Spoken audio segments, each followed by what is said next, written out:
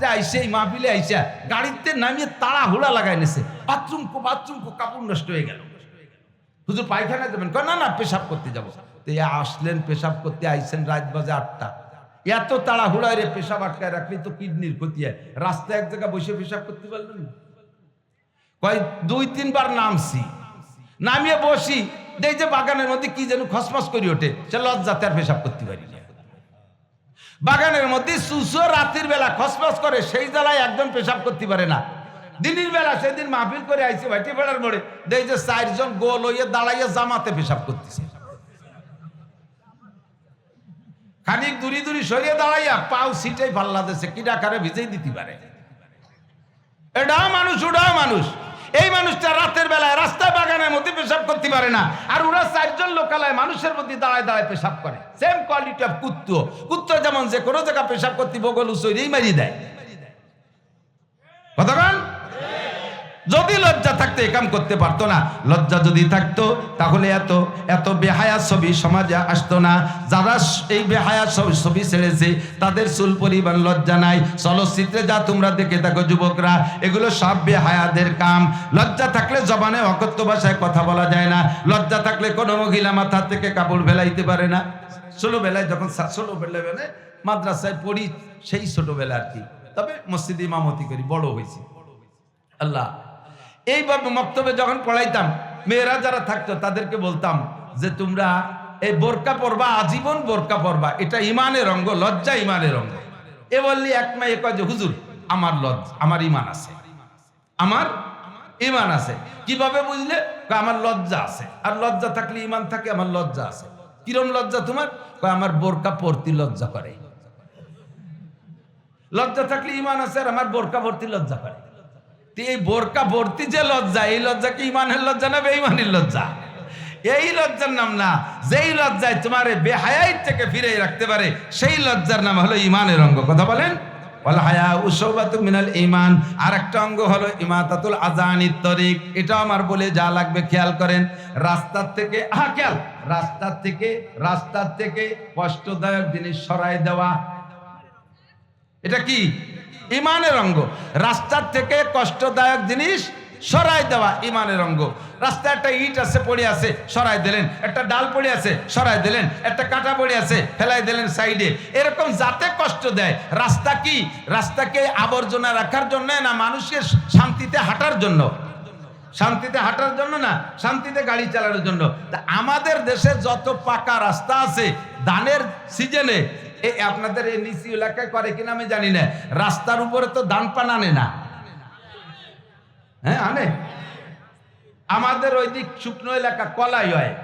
শুকনোর সময় এই শীত ফাল্গুন মাসে, চৈত্র মাসে কলাই রাস্তার উপরে এমন ভাবে বিছিয়ে রাখে, মানে আগে মলন মলতো, সব তো ডেভেলপ হয়েছে, উন্নতি হয়েছে।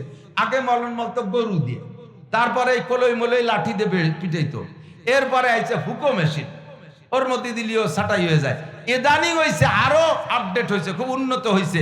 এখন এই মলন টলন বলতে আর গরু আর মেশিন লাগে না, বড় বড় অফিসার দিয়ে, বড় বড় হুজুর দিয়ে এবং দামি দামি গাড়ি দিয়ে মলে। রাস্তা বইরে বিষয় তুইছে, ডিসি সাহেব মলিয়ে দিয়ে যাও, ডিসির গাড়ি যাবে, টিওনা মলিয়ে দিয়ে যাও, বিশ্বাস মলিয়ে দিয়ে যাও, হুজুর সাহেব মলিয়ে দিয়ে যাও। সারা দিন বইরে মলিয়ে টলিয়ে সন্ধ্যার আগে বউরে রাস্তায় পাঠায় দেয়, উনি রাস্তায় দাঁড়ায় ড্যান্স করে। কুলো ইয়ে অস্তিত্ব। আমাকে এই যে গোপালগঞ্জ, আমাকে বাড়িতে মানিহার দিয়ে ওই গোপালগঞ্জ আসতে, মানিহার হিন্দু পাড়া আসলে এক মহিলা গাদাইয়ে দিয়ে তুইছে। আমি আসতেছি মোটর সাইকেল, আর ওর মধ্যে মোটর সাইকেল ঢুকানো সাহস পাচ্ছি না। সাইড দিয়ে বিঘের খানিক জায়গা, কোনো মতে সেই জায়গাতে পার হয়ে চলে গেছে। ওই মহিলাই তো নাড়ি টাড়ি দিয়ে কেড়াইলে তুই দাঁড়ানো। ও আমারে দেখিয়ে রাগ এতে গদগদ করছে, কত বড় কুজুরো হুজুর। আমি কলই নাড়িয়ে থুইছি, কলইর মধ্যে না যাইয়ে সাইড দিয়ে গেল।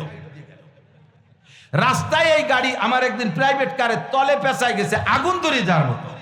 ড্রাইভার যাইয়া জগ দিয়ে উঁচু কইরা তলেতে টাইনে ছাড়াতে পারে না, কিছুক্ষণ পরে আগুন লেগে যেত। এই জাতীয় ফসল আর এই জাতীয় কি বলা হয় ফসল নেওয়া রাস্তার উপরে, এটা হারাম, জায়েজ নাই। এই ফসলকে রাস্তা থেকে ফেলাই দিয়া এটা ইমানের অঙ্গ। রাস্তার থেকে এই ফসলকে নামাই দেয়া এটা ইমানের অঙ্গ। ইমান তো রাজা, রাস্তা তো আপনার ফসলের জন্য বানায়নি। কথা কন না কেন? সবাই মনে এই দোষের দোষী, এই জন্য ঠিক করছে না। রাস্তার পাশে যাকে বাড়ি তারা তো কয়েকদিন পর দান আনবে এই রাস্তায়, এখন ঠিক হয়ে গেলি পরে সে তোমার মুনাফিক কি হয়েছে? মশালাটা আগে সমর্থন দেন।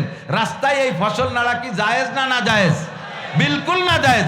আর আপনি তো এতে চলে যান, সারাদিন ভরে আপনার বউ রাস্তায় হাজারো মানুষের সাথে সাক্ষাৎ করে এই ফসল নইতে আইসে। এমন করে ৭৭টা শাখা। এবার নবী আল্লাহ পাক বলেন, মান আমিলা সালিহাম মিন যাকারিন আও উনসা ওয়া হুয়া মুমিন, মান আমিলা সালিহাম মিন যাকারিন আও উনসা ওয়া হুয়া মুমিন ফালানুহিয়ান্নাহু হায়াত। দুইটা অঙ্গরে হেফাজত করো। এক নম্বরে মা বাইনাল আহিয়াইগে, দুই মাড়ির মাঝখানে ছোট্ট অঙ্গ, আমা বাইনা রিজলাইগে, দুই রানের মাঝখানে ছোট্ট অঙ্গ। অঙ্গ দুইটা যদিও দেখতে নরম, অঙ্গ দুইটা যে দেখতে যদিও ছোট, হুজুর বলেন জিরমুহা সগীর ওয়াজুর মুহা কাবীর। অঙ্গ দুটো দেখতে বড় ছোট, কিন্তু অন্যায় তার সব চাইতে বড়। কথা কোন ঠিক কি ঠিক না? জিব্বের অন্যায় কত বড়, জিব্বে দিয়ে এলোমেলো একটা কথা বের হয়ে গেলে সেই কথারে সামলানো কঠিন হইয়া যায়। উদাহরণ সবার জানা আছে, বলা যাবে না। দোস্ত জিব্বে দিয়ে ব্যতিক্রমে একটা কথা বের হয়ে গেলে ওই কথা আর ফিরে আসে না। জবানের কথা রাইফেলের গুলির মতো, একবার বের হয়ে গেলে কোনো না কোনো জায়গা আঘাত করেই ছাড়ে। কতক্ষণ আর কোনোদিন বারের ভিতরে ব্যারেলের মধ্যে ফিরে আসে না। আল্লাহু আকবার। জবানকে কন্ট্রোল করো। জবানে অকথ্য ভাষা বলো না, জবানে নাপাক কিছু দিও না। ও যুবক, গাজা দিও না জিব্বায়, এবা দিও না জিব্বায়, ফেন্সিডিল দিও না জিব্বায়। তুমি কি বলা হয়, ফেন্সিডিল দিও না। আরো যত নাপাক তোমরা খেয়ে তাকে এগুলো জিব্বায় দিও না। জিব্বের মালিক জোরে বলেন কে? জিব্বে দিয়ে তুমি অকথ্য ভাষায় গালাগালি করো না। একটা অকথ্য ভাষায় গালি দিলে 40 বছরের নফল ইবাদত নষ্ট হয়ে যায়। সুবহানাল্লাহ। 40 বছরের নফল ইবাদত নষ্ট হয়। নফল ইবাদতই নাই, তার নষ্ট হবে কি? ফরজ নাই আর নফল। নফল ইবাদত না থাকলে আল্লাহ তোমারে কিছু দিতে পারবে না, তা মনে করো না। 40 বছরের নফল ইবাদত থাকলে নষ্ট হবে, না থাকলে নষ্ট হবে না। তবে 40 বছরের ইবাদত নষ্ট হইলে যে পরিমাণ গুনাহ হয়, তোমাকে সম পরিমাণ গুনাহ আমলনামায় ঢুকাই দেওয়া হবে। জিব্বাটারে কন্ট্রোল করো। পাঠার মতো বক্তৃতালে থাকে, মানুষ নাই, জন নাই, ছেলে নাই, মেয়ে নাই, বউ নাই, বাচ্চা নাই, লজ্জা শরম এমন ধুয়ে গেছে। বড় বড় আলেম ওলামাদের সামনেও একেবারে বকবক বক্তৃতালে থাকে। হুজুর আমার বলেন, আমি মেরাজের রাত্রে জাহান্নাম দেখতে গিয়েছিলাম। জাহান্নামের ভিতরে গিয়ে বিভিন্ন শ্রেণীর মানুষকে দেখেছি। জাহান্নামের মধ্যে এক শ্রেণীর মানুষকে দেখি, তাদের মুখের আকৃতি নারীদের শরমগার মতো হয়ে গেছে, মুখের আকৃতি নারীদের লজ্জাস্থানের মতো। এক নজর দেখে লজ্জাতে আমি চক্ষু বন্ধ করে পিছনে ব্যাক করলাম। সাথী সফর সঙ্গে জিব্রাইলকে জিজ্ঞাসা করলাম, জিব্রাইল মান হাউলাইয়া মাশালুহুম ফামা বালুহুম। ও জিব্রাইল, এরা কারা? এদের এই করুণ অবস্থা কেন? বডি তো আছে মানুষের মতো, চেহারাটা কেন মানুষ নারীদের শরমগার মতো? জিব্রাইল কয়, হুজুর, এরা আপনার উম্মতের মধ্যে ওই সকল মুসলমান যারা কথায় কথায় নারীদের শরমগা উচ্চারণ করে বকানি দিত, নারীদের শরমগা উচ্চারণ করে বকানি দিত। এটা বাংলাদেশে বাংলা ভাষায় বলে, পাকিস্তানিরা উর্দুতে বলে, আরাবিয়ানরা আরবিতে বলে, ইংল্যান্ডালারা ইংরেজিতে বলে। প্রত্যেকে যার যার মাতৃভাষায় এই শব্দটা সারা দুনিয়া ব্যাপী বকানিতে ব্যবহার করে। যারাই এই শব্দ ব্যবহার করবে তাদের এই এমন গুনাহ হবে, যেই গুনার মোচন হইতে কোটি কোটি বছর লেগে যাবে। মুখের আকৃতি নারীদের শরমগার মতো হয়ে থাকবে। হুজুর আগায় দিয়ে একটু আগায় গিয়ে দেখেন, বলেন এক শ্রেণীর মানুষের দুটো চক্ষু থেকে দুটো শরমগা বেরিয়ে আসছে। আমি লজ্জায় পিছনে বললাম, জিব্রাইল মান হাউলাই, এরা কারা? কোন দোষে এদের এই বিচার? জিব্রাইল বলে, হুজুর, এরা আপনারই উম্মতে কথায় কথায় পুরুষের শরমগা উচ্চারণ করে বকানি দিত, তাই তাদের আমলনামা থেকে নেকি নষ্ট হওয়ার মতো নেকিও ছিল না। কাজেই তাদের যে গুনাহ দেয়া হয়েছে তার গুনার বাহ্যিক ব্যবস্থা হলো দুটো চক্ষু থেকে দুইটা শরমগা পুরুষাঙ্গ বেরিয়ে আসছে। যতদিন পর্যন্ত ওই গুনাহ মোচন না হবে, অতদিন পর্যন্ত তাদের এই চেহারা পরিবর্তন হবে না। ঈমান আছে, নামাজ আছে, রোজা আছে, জিকির আছে, তিলাওয়াত আছে, এর বিনিময়ে জান্নাতে যাবে। জান্নাতের নিয়ামত তার জন্য প্রস্তুত আছে, কিন্তু ওই গুনাহ মোচন হওয়ার জন্য এই ব্যবস্থা। সাবধান হয়ে যাও, জবানকে কন্ট্রোল করো। অকথ্য ভাষায় গালাগালি করো না, বিবাদ শিকায়ত করো না, পরনিন্দা করো না, কাহারো নামে অপবাদ দিও না, মিথ্যা সাক্ষী দিও না, মিথ্যা মামলায় যেও না। জবানকে কন্ট্রোল করো। 2 নম্বরে শরমগাকে কন্ট্রোল করো। আল্লাহু আকবার। যা বলতে যে শুনে চলে আসছি, চোখ থেকে পানি। গভীর রাত্রে উঠে তাতাজাফা জুনুবুহুম আনিল মাদাজি ইয়াদউনা রাব্বাহুম খাওফান ওয়া তামা। আল্লাহর প্রতি রহমতের আশা রাইখা, জাহান্নামের ভয় অন্তরে রাইখা জিকির করবেন লা ইলাহা ইল্লাল্লাহ, লা ইলাহা ইল্লাল্লাহ। বেশি বেশি জিকির করবেন, যতবার লা ইলাহা ইল্লাল্লাহ পড়বেন। আমি তো বলাইলাম, আরো প্রত্যেক বক্তারা এই জিকিরগুলো করায়। কখনো চুপ করে বসে থাকবেন না, কৃপণতা করবেন না, জিকির করবেন। একবার যে ব্যক্তি পড়ে লা ইলাহা ইল্লাল্লাহ মুহাম্মাদুর রাসূলুল্লাহ তামলাউ মা বাইনাস সামাই ওয়াল আরদ, আসমান জমিনের মাঝখানে সমস্ত ফাঁকা জায়গা তার জন্য নেকিতে ভরপুর হইয়া যায়। আল্লাহু আকবার। এবার কলেমায়ে তৈয়বা মনে আছে? লাগাইছেন কলেমায়ে তৈয়বা, চোখের পানি দিয়ে তারে তাজা করবেন। প্রথম দুইটা ডাল পাতা বের হইছে, একটা পাতার অর্ধেকের নাম লা ইলাহা ইল্লাল্লাহ, আর একটা পাতার নাম মুহাম্মাদুর রাসূলুল্লাহ। এখান থেকে বের হইছে এবার 7টা গাছ। এই 7টা ডাল, 7টা ডালের নাম হলো ইমানে মুফাসসাল, আমানতু বিল্লাহি। জীবনে যারা না পড়ছেন একটু পড়ে নেন, যারা পড়ছেন পড়লি নেকি আছে। আর একবার একটু মস্ক করে নেই সম্মিলিতভাবে বলি আমানতু বিল্লাহি ওয়া মালাইকাতিহি ওয়া কুতুবিহি ওয়া রুসুলিহি ওয়াল ইয়াউমিল আখিরি ওয়াল কদরি খাইরিহি ওয়া শাররিহি মিনাল্লাহি তাআলা ওয়াল বাসি বাদাল মাউত। এই 7টা ডাল বের হইছে এই দুইটার ভিতরের থেকে। 1 নম্বরে আমানতু বিল্লাহ, আমি আল্লাহকে বিশ্বাস করি। আল্লাহ আছে না নাই? ওয়া মালাইকাতিহি, ফেরেশতা আছে না নাই? ও কুতুবিহি, সমস্ত আসমানি কিতাব বিশ্বাস করি। তবে আগের গুলো চলে গেছে, তার টেম্পার শেষ হয়ে গেছে, ওর কার্যকারিতা শেষ, সংবিধান বাতিল হয়ে গেছে। 1500 বছর আগে নবী পাক কোরআন কারীম নিয়ে আসছেন। এই কোরআন 1500 বছর চলে গেছে, কিয়ামত পর্যন্ত চলবে। আর কোন কিতাবের দরকার আছে? আর কোন কিতাবের দরকার নাই, চলতে আছে কোরআনে কারীম। আমাদের এই পাশ দিয়ে উত্তর এলাকায়, যে এলাকায় বহুত হিন্দু বেশি, আপনাদের এলাকায় আছে, 7 পাঠ বই চলতে কয়েকজন আমাদের অভিযানে নামছে। তারা এক গাদি বই এনে একদিন আমারে দিয়েছে। এই বইগুলো সংগ্রহ করছে মসজিদি থেকে বইগুলো আনছে। বইগুলো কি মসজিদি থেকে বের, মসজিদ ওই এলাকায় কিছু কিছু মুসলমান গেছে, সেই মুসলমানদের ভিতরে মসজিদ হইছে। মসজিদের ইমাম সাহেবও কিনে ফেলাইছে পশ্চিমেরা। ইমাম সাহেব সকালবেলা ফজরের নামাজ পড়ায়, মসজিদে নামাজই পড়ায়। নামাজের পরে মাইকে এলান দেয়, আজকে এই টাইমে ইনজিল শরীফ পড়ে শোনানো হবে। ইনজিল শরীফ পড়ে শোনানো হবে, তৌরাত পড়ে শোনানো হবে, বাইবেল শরীফ পড়ে শোনানো হবে। খ্রিস্টানদের আরো ছোট ছোট বই আছে, এই বইগুলো পড়ে শোনাবে। মসজিদের ইমাম সাহেব 15-20 হাজার টাকা বেতন খাইয়া তারও ইমান বিক্রি করে ফেলাইছে। সে মসজিদের মধ্যে ইনজিল পড়ায়। তুই কেমন মুসলমান, কেমন আলেম, আল্লাহর কোরআনের আলেম হইয়া তুই মসজিদে ইনজিল পড়াবি?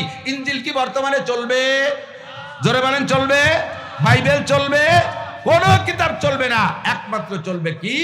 আল কোরআন। অকুতুবিহি, সমস্ত কিতাব মানি, তবে চলবে কোরআন শরীফ, ঠিক কি না? আর রাসূলিহি, আদম থেকে ঈসা আলাইহিস সালাম পর্যন্ত যত নবী রাসূল ছিলেন সকলেই আল্লাহর প্রেরিত, সকলকে আল্লাহ পাঠিয়েছেন। সব নবীকে শ্রদ্ধা করি, কেউরে অসম্মান করি না। আমরা বলার সময় বলি ঈসা আলাইহিস সালাম, বলেন ঈসা আলাইহিস সালাম, মুসা আলাইহিস সালাম, ইসমাঈল আলাইহিস সালাম, ইব্রাহিম আলাইহিস সালাম, ইসহাক আলাইহিস সালাম, ইয়াকুব আলাইহিস সালাম, ইউসুফ আলাইহিস সালাম, দাউদ আলাইহিস সালাম, সুলাইমান আলাইহিস সালাম, শীস আলাইহিস সালাম, মাহলাইল আলাইহিস সালাম, ইদ্রিস আলাইহিস সালাম, নূহ আলাইহিস সালাম, আদম আলাইহিস সালাতু ওয়াস সালাম। আমরা এত সম্মানের সাথে বলি, কপাল পোড়া ইহুদি আর নাসারা খ্রিস্টানের আওলাদরা, তারা আমাদের নবীর নামটা সম্মানের সাথে উচ্চারণ করে না। ওরা কয় মুহাম্মদ সন্ত্রাসী। জোরে কন্না নাউজুবিল্লাহ। মুহাম্মদ যদি সন্ত্রাসী হইতো তাহলে তোরা দুনিয়ায় টিকে থাকতে পারতি না এতদিন, ঠিক না? আমার নবী রাহমাতুল লিল আলামিন। কিয়ামত পর্যন্ত বিশ্বাস করি নবী পাকের পরে আর কোন নবী আসবে না। গোলাম আহমদ কাদিয়ানী নবী না কাফের? যদি কেউ এই জায়গা মনে করছেন হাজার হাজার মানুষে বলতেছে, আমি না বললে কি হবে, এর জন্য জেনে নেন আসুকুতু নিসফুর রিজা, চুপ থাকা সমর্থনের লক্ষণ। আপনি যদি এই তালে তালেও না বলেন তাহলে প্রমাণ করবে আপনি কাদিয়ানীর ভক্ত। গোলাম আহমদ কাদিয়ানীকে নবী বলে সমর্থন করেন। বলেন জোরে বলেন, গোলাম আহমদ কাদিয়ানী নবী না কাফের? ওরে যারা কাফের না বলে তারাও, ওরে যারা কাফের না বলে তারাও কাফের। যাদের হাতে কলম আছে তাকে কাফের বলে ঘোষণা দিতে পারে, স্বীকৃতি দিতে পারে। তারা যদি কলম হাতে থাকতে তারে কাফের স্বীকৃতি না দেয়, তাহলে বোঝা যাবে তাদের ইমানের মধ্যে কমতি আছে, ঠিক কি না? আর রাসূলিহি, এরপরে 5 নম্বর মানি ওয়াল ইয়াউমিল আখির, দুনিয়ার দিনের শেষ দিন। দুনিয়ার দিনের শেষ দিন কবে হবে? মুহররম মাসের 10 তারিখ।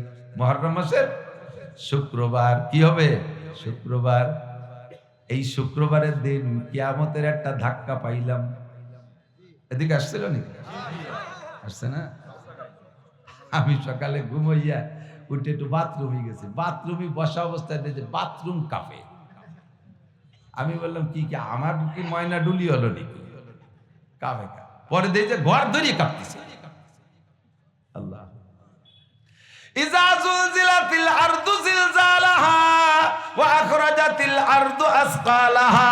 জমিনকে ঝাঁকি দিবে আল্লাহ তাআলা। কে দেবে?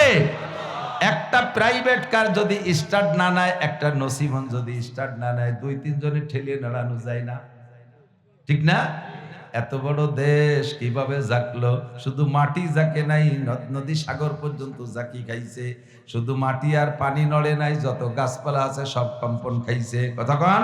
শুধু গাছপালাই না, ঢাকা শহর সহ এলাকায় যত বিল্ডিং আছে সমস্ত বিল্ডিং গুলো কাইপে গেছে। ঢাকায় এক একটা বিল্ডিং 5টা-7টা করে ফাটল ধরছে। বসুন্ধরা বড় মাদ্রাসার পাশে, মসজিদের পাশে বিশাল প্রায় 8-9 তলা উঁচু একটা মিনার, ওর পাশেই 7 তলা বিল্ডিং মাদ্রাসার। এই বিশাল মিনারটা কায়ত হয়ে যায়, বিল্ডিং এর পর হেলে পড়ছে। মালিবাগ মাদ্রাসার মূল বিল্ডিং যেটা, এটাই 8টা-9টা ফাটল হয়ে গেছে। ছেলেরা হুড়মুড় করে বেরোয় আসছে। আমার ছেলে ওখানে পড়ে। আব্বা কয়েকজন স্ট্রোক করছে। সিঁড়িতে বেরোনোর সময় স্ট্যাটাঠেলি করতে করতে কয়েকজনের হাত পা ভেঙে গেছে।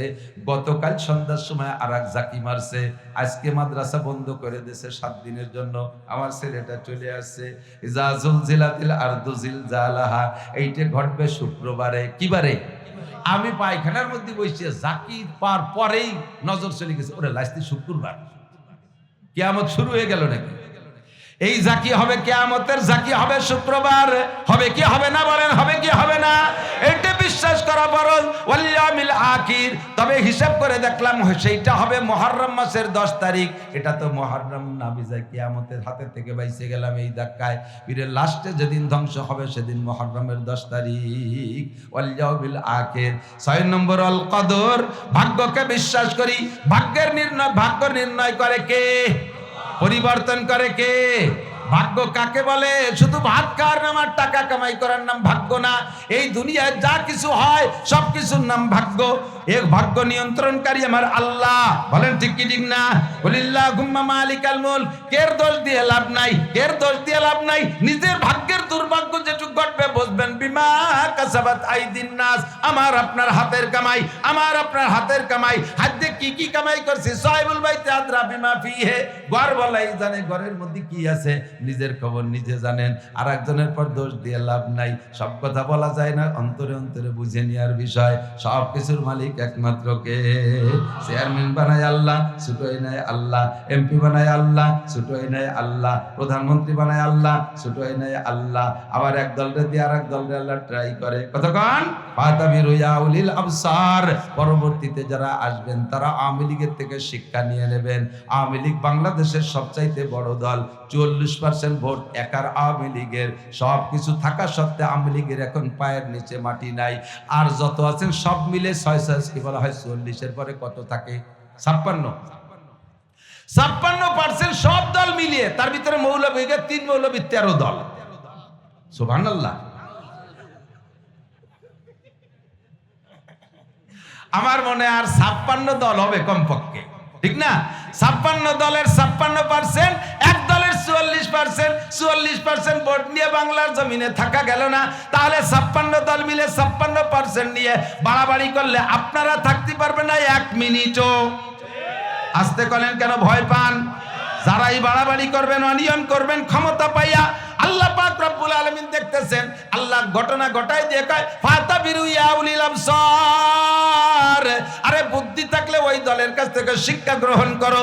বাড়াবাড়ি করবা তো সানাস্তাদরিজুহুম মিন হাইসু লা ইয়ালামুন কোন দিক দিয়ে যে কোপ আসবে ঢাল দিয়ে ঠেকাই সারতে পারো না, খালি মাইর হবে, পথ খুঁজে পাবি না। পারে কে?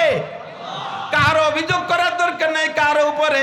আমার পরাজয় আমার দোষে, কথা বলেন, আমার পরাজয় আমার দোষে, আমার উত্থান আমার দোষে, আমার উত্থান আমার গুণে, আমার পতন আমার দোষে, আমার বিপদ আমার দোষে। আব্বাই 50 বিঘে জমি রেখে মারা গেছে, এখন 50 শতাংশ নাই, ভিটে বাড়িও নাই, বেঁচে কিনে বস্তিতে চলে গেলাম।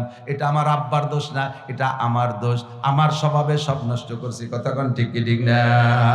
অল কদরি খাইরিহি ওয়া শাররিহি বিনাল্লাহি তাআলা। ছেলে দেয়, জোরে বলেন কে? ছেলে ছেলে ছেলে। মানুষটা ছেলে দেয় কে? মেয়ে দেয় কে? মোটো না দেয় কে? আবার কি বলা হয়, জোড়া জোড়া দেয় কে? বাজা বুঝো দিন একটা দেয়, তা দেয় কে? সব কিছু কে করে? আল্লাহু আকবার। কিন্তু আমাদের বিশ্বাস হলো ছেলে দেয় আল্লাহ, মাইয়ে দেয় বৌতি।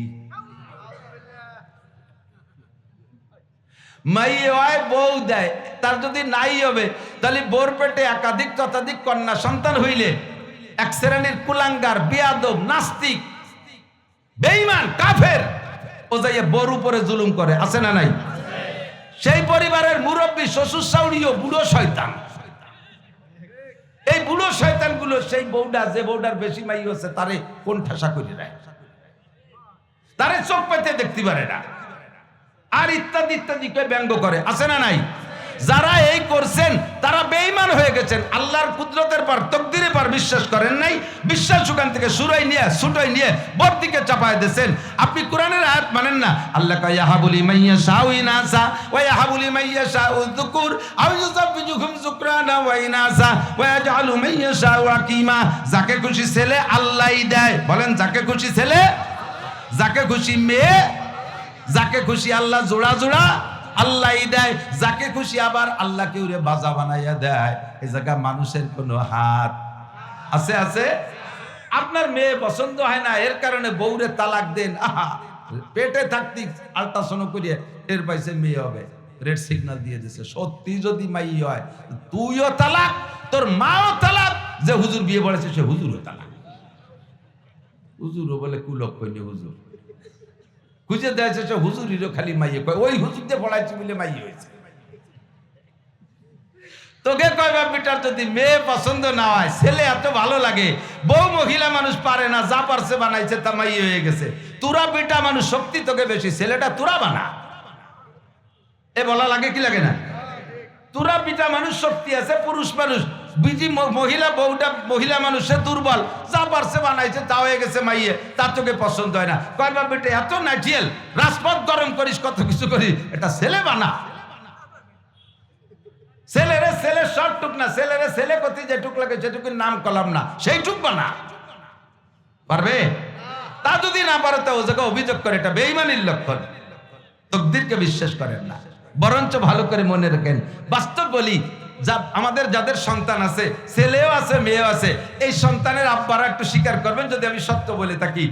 দেখবেন মেয়ে হইলে মেয়ে চলে যায় বাপের পক্ষে, আর ছেলেরা সব মার পক্ষে। ছেলেরা বড় হওয়ার পরে আপনি আপনার বউর সাথে একটু ঝামেলা বাঁধাই দেখেন, এই বুড়ো কালে বুড়ি দিয়ে দু একটা চর থাপ্পড় দিয়ে দেখেন, দেখেন কারা কোন দলে যায়। ছেলেরা আছে বাপরে ব্যাটিং বুটিং দিয়ে ঘেটি ধরে ধাক্কাতি দেয়, তুমি চুরি জাতি হলো না, কিটিমিটি হয়ে পারে। এই বুড়ো কালে তুমি মার সাথে ঝামেলা বাঁধাও, বেরো বাড়িতে যাও, মসজিদ দিতে হবে, যাও এতে কাপে বসো, তবলিগে যাও। মাইয়েরা যাই ওর মারে রাগ করে, তুমি জানো যে আব্বা একটু একটু খেটখিটে মিজাজের, একটু মেনে চলা যায় না, তুমি জীবনটা ভরে আমার আব্বারে জ্বালাই গেলি।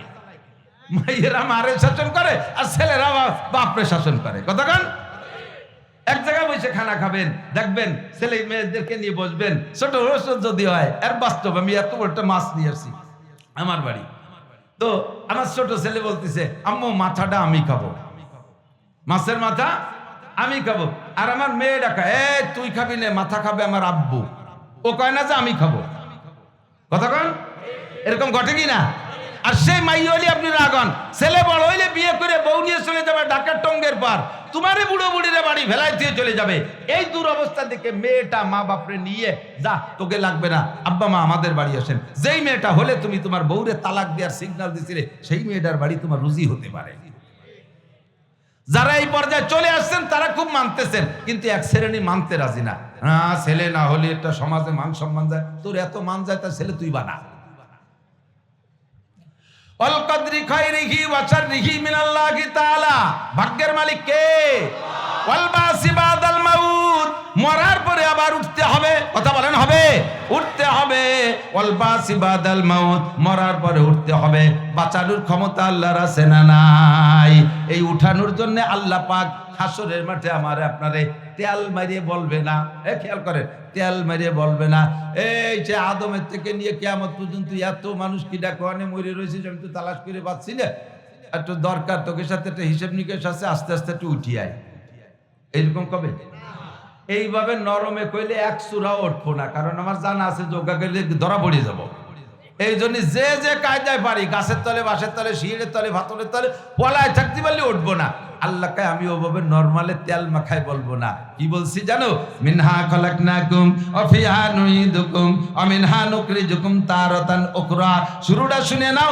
মিনহা খলাকনাকুম, মাটি থেকে তোরে বানাইছি আমি, তোর আব্বা মা বানাই নাই, তোর রাজা বাদশা বানাই নাই। মিনহা খলাকনাকুম, এই মাটি থেকে তোদেরকে বানাইছি। ওয়া ফিহা নুইদুকুম, আর যত উপরে যাস না কেন মাটির মধ্যে এনেই ছাড়বো। আলা ইয়াসাকিনাল কাসরিল মুআল্লা সাতুদফানু আন করিবিন ফিত তুরাবি। গর ইমারত রাবরি বার আসমা আকিবাত জেরে জমি গরদিনহা। 100 তলা দালানের মাথার পরে যদি যাও, মরার পরে মাটিতে আসাই লাগবে। আমিনহা ফিহা নুইদুকুম, তুমি কোথাও যে পালাই থাকতে পারবা না, মাটির মধ্যে এনেই ছাড়বো। এবার আনার পরে কিয়ামতের ময়দানে তেল মেরে বলবো না, আরে তালাশ করে পাচ্ছি না কে কোন জায়গায় সে উঠিয়ে আয়। আল্লাহ কয় আমিনহা নুখরিজুকুম, আমি এসকোভেটার সেট করে রাখবো, আমি মাটির তলের থেকে একেবারে মাটিকে খুইসা খুইসা যে যেখানে আছিস বের করব। আল্লাহ পারবে কি পারবে না? জোরে বলেন, পারবে কি পারবে না? শুধু গোপালগঞ্জে গিয়ে উঠতে পারবে না, কুটালি পাড়া লাগে দাঁড়েও আসতে পারবে না, একটাও লুকায় থাকতে পারবে না। মিনহা নুখরিজুকুম, সাবধান হয়ে যাও। মিনহা নুখরিজুকুম তারাতান উখরা, কিয়ামতে আল্লাহর সামনে উঠতে হবে। মরার পরে আল্লাহ বাঁচাইতে পারে তার প্রত্যেকদিন এক একবার প্রমাণ হচ্ছে। আমার দিক তাকান, রাতের বেলা যখন বিছানায় ঘুমান, ঘুমের সময় কি দোয়া পড়েন? আল্লাহুম্মা বিসমিকা আমুতু ওয়া আহইয়া, আল্লাহ তোমারই নামে মরিতেছি, আবার তোমারই নামে জীবিত হব, তোমারই নামে বাঁচবো। কথা বলেন ঠিক কি ঠিক না? রাতের বেলা ঘুমটা হলো মরণের সাদৃশ্য। আমার আপনার এখানে যারা আছেন, আমার মনে হয় প্রত্যেকের এমন দুই একটা অ্যাক্সিডেন্ট জানা আছে। নিজেদের এলাকায় কেউ না কেউ রাতের বেলা ঘুমাইছে, সকালে আর ঘুম থেকে ওঠে নাই, এমন মরণ দুই একটা জানেন কি জানেন না? ওই মরণটা শুধু তারই জন্য বরাদ্দ নয়, আমারও ভাগ্যে থেকে যেতে পারে। এই যে সন্ধ্যা রাত্রে ঘুমাই, সকালে আল্লাহ না উঠাইলে উঠতে পারি না, যার কারণে সকালে ঘুম থেকে উঠে দোয়া পড়ি কি? আলহামদুলিল্লাহিল্লাযী আহইয়ানা বাদামা আমাতানা ওয়া ইলাইহিন নুশুর। ও আল্লাহ, সব প্রশংসা তুমি আল্লাহর, যে আল্লাহ 6 ঘন্টা মেরে রেখে আবার তুমি বাঁচায় দিয়েছো। আহইয়ানা, আমাদের বাঁচায় দিয়েছো। বাদামা আমাতানা, আমাদেরকে 6 ঘন্টা মেরে রাখার পরে এই দুনিয়ায় যেমন 6-8 ঘন্টা মেরে রেখে বাঁচাইতে পারো। ওয়া ইলাইহিন নুশুর, আবার স্থায়ী মরণের পরে কিয়ামতের ময়দানে উঠাইতে অবশ্যই তুমি আল্লাহ পারবা। পারবে? পারবে? এই ইয়াকিন বিশ্বাস ভিতরে থাকার নাম, এইটা হলো ইমানের 7টা ডাল। মনে আছে? নীল ইমানে বিদুয়া সাবুনা শোভা, প্রথম 2 ডালের থেকে 7 ডাল বের হলো। এরপরে যে এবার 7টা ডালের এক একটা ডালের থেকে 10টা করে ডাল বের হবে। এই 7 আর ওই 10, 77টা শাখা। তার ভিতরে একটা শাখা, 2টে শাখা নবী পাক ইম্পর্টেন্ট মনে করে উল্লেখ করেছেন। একটা হলো আল হায়া ও শোবাতুম মিনাল ঈমান, ফাআফজালুহা কাউলু লা ইলাহা ইল্লাল্লাহ, লা ইলাহা ইল্লাল্লাহু মুহাম্মাদুর রাসূলুল্লাহ। 77টা ডালের 1 নম্বর ডাল লা ইলাহা ইল্লাল্লাহ মুহাম্মাদুর রাসূলুল্লাহ। আরেকটা ডাল, যুবক আমার দিকে আরেকটা ডাল হলো আল হায়া ও শুবাতুম মিনাল ঈমান। লজ্জা হলো ঈমানের ইম্পর্টেন্ট অঙ্গ। ঈমানের একটা ইম্পর্টেন্ট খুব গুরুত্বপূর্ণ অঙ্গের নাম কি? একটু বলবেন কি? কারণ ইজা ফাতাকাল হায়া ক্বালা রাসূলুল্লাহ সাল্লাল্লাহু আলাইহি ওয়াসাল্লাম ইজা ফাতাকাল হায়া ফাফাল মাশিতা, লজ্জা যখন চলে যায় তখন যা খুশি তা করা যায়, লজ্জা থাকলে যা খুশি তা করা যায় না। একবার ফরিদপুরের আলফাডাঙ্গা একটা মাহফিলে গেছি, বাহিদদের হুজুর উলামায়ে কেরাম চেনে, হযরতুল আল্লাম হযরত মাওলানা আকরাম আলী সাহেব হুজুর দাওয়াত বরকাতুমার আলিয়া, বাহিদদের মহতাম সব হুজুর, হুজুরের মতো এরকম বয়সী বুড়ো মানুষ হুজুর আসছেন। রাত্রে আইসে এই মাহফিলে আইসা গাড়িতে নামিয়ে তাড়াহুড়া লাগাই নেছে, বাথরুম কো কাপড় নষ্ট হয়ে গেল। হুজুর পায়খানা যাবেন? কয় না না, পেশাব করতে যাবো। তো আসলেন পেশাব করতে, আইসেন রাত বাজে 8টা। এত তাড়াহুড়ায় রে পেশাব আটকায় রাখলে তো কিডনির ক্ষতি হয়। রাস্তায় এক জায়গায় বসে পেশাব করতে পারলেন না? কয় 2-3 বার নামছি, নামিয়ে বসি, দেখ যে বাগানের মধ্যে কি যেন খসমস করে ওঠে, সে লজ্জাতে আর পেশাব করতে পারি না। বাগানের মধ্যে সুসো রাতের বেলা খসমস করে, সেই জ্বালায় একজন পেশাব করতে পারে না। দিনের বেলা সেদিন মাহফিল করে আইছে ভাইটি ফেলার মোড়ে, দেখ যে 4 জন গোল হইয়ে দাঁড়াইয়া জামাতে পেশাব করতেছে। খানিক দূরি সরিয়ে দাঁড়াইয়া পাও সিটাই পাল্লা দিয়েছে, কিডা কারে ভিজেই দিতে পারে। এটাও মানুষ, ওটাও মানুষ। এই মানুষটা রাতের বেলায় রাস্তায় বাগানের মধ্যে পেশাব করতে পারে না, আর ওরা 4 জন লোকালয় মানুষের মধ্যে দাঁড়ায় দাঁড়ায় পেশাব করে। সেম কোয়ালিটি অফ কুত্তো যেমন যে কোনো জায়গা পেশাব করতে বগল উচইরেই মারি দেয়। কতক্ষণ? যদি লজ্জা থাকতো এই কাম করতে পারতো না। লজ্জা যদি থাকতো তাহলে এত বেহায়া ছবি সমাজে আসতো না। যারা এই বেহায়া ছবি ছেড়েছে তাদের চুল পরিমাণ লজ্জা নাই। চলচ্চিত্রে যা তোমরা দেখে থাকো যুবকরা, এগুলো সব বেহায়াদের কাম। লজ্জা থাকলে জবানে অকথ্য ভাষায় কথা বলা যায় না। লজ্জা থাকলে কোনো মহিলা মাথা থেকে কাপড় ফেলাইতে পারে না। ছোটবেলায় যখন ছোটবেলায় মাদ্রাসায় পড়ি, সেই ছোটবেলা আর কি, তবে মসজিদে ইমামতি করি, বড় হয়েছি। আল্লাহ, এইভাবে মক্তবে যখন পড়াইতাম, মেয়েরা যারা থাকতো তাদেরকে বলতাম যে তোমরা এই বোরকা পরবা, আজীবন বোরকা পরবা, এটা ইমানের অঙ্গ, লজ্জা ইমানের অঙ্গ। এ বললি এক মেয়ে কয় যে হুজুর আমার ইমান আছে, আমার ইমান আছে। কিভাবে বুঝলে? আমার লজ্জা আছে, আর লজ্জা থাকলে ইমান থাকে। আমার লজ্জা আছে। কিরম লজ্জা তোমার? কয় আমার বোরকা পরতে লজ্জা করে। লজ্জা থাকলে ইমান আছে, আর আমার বোরকা পরতে লজ্জা করে। এই বোরকা ভর্তি যে লজ্জা, এই লজ্জা কি ইমানের লজ্জা না বেঈমানের লজ্জা? এই লজ্জার নাম না। যেই লজ্জায় তোমার বেহায়াই থেকে ফিরে রাখতে পারে, সেই লজ্জার নাম হলো ইমানের অঙ্গ। কথা বলেন? ওয়াল হায়াউ শুবাতুম মিনাল ঈমান। আর একটা অঙ্গ হলো ইমাতাতুল আযানিত তরিক। এটা আমার বলে যা লাগবে খেয়াল করেন। রাস্তার থেকে কষ্টদায়ক জিনিস সরাই দেওয়া, এটা কি? ইমানের অঙ্গ। রাস্তার থেকে কষ্টদায়ক জিনিস সরাই দেওয়া ইমানের অঙ্গ।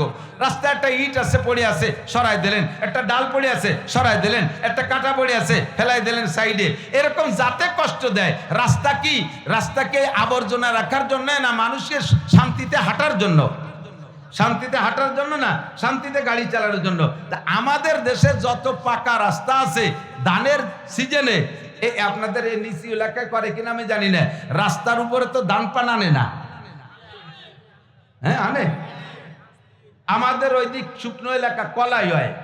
শুকনোর সময় এই শীত ফাল্গুন মাসে, চৈত্র মাসে কলাই রাস্তার উপরে এমন ভাবে বিছিয়ে রাখে, মানে আগে মলন মলতো, সব তো ডেভেলপ হয়েছে, উন্নতি হয়েছে। আগে মলন মলতো গরু দিয়ে, তারপরে এই কলই মলই লাঠি দিয়ে পিটাইতো। এরপরে আইছে হুকো মেশিন, ওর মধ্যে দিলেও ছাটাই হয়ে যায়। ইদানিং হয়েছে আরো আপডেট হয়েছে, খুব উন্নত হয়েছে।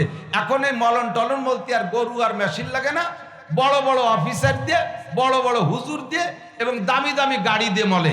রাস্তা বইরে বিষয় তুইছে, ডিসি সাহেব মলিয়ে দিয়ে যাও, ডিসির গাড়ি যাবে, টিওনা মলিয়ে দিয়ে যাও, বিশ্বাস মলিয়ে দিয়ে যাও, হুজুর সাহেব মলিয়ে দিয়ে যাও। সারা দিন বইরে মলিয়ে টলিয়ে সন্ধ্যার আগে বউরে রাস্তায় পাঠায় দেয়, উনি রাস্তায় দাঁড়ায় ড্যান্স করে।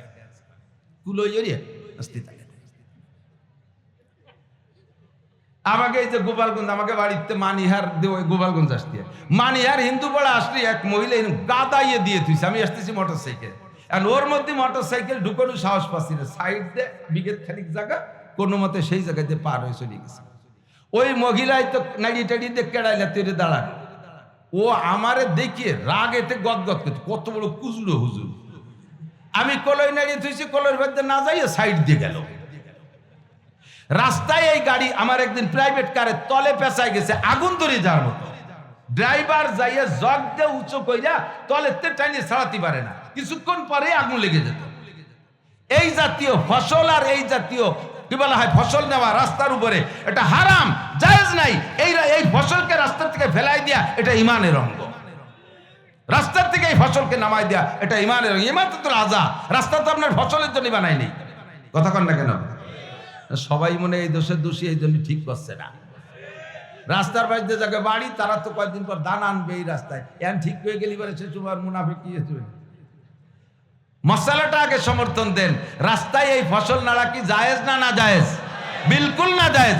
আর আপনি তো নেড়েতে চলে যান, সারাদিন ভরে আপনার বউ রাস্তায় হাজারো মানুষের সাথে সাক্ষাৎ করে এই ফসল নইতে আইসে।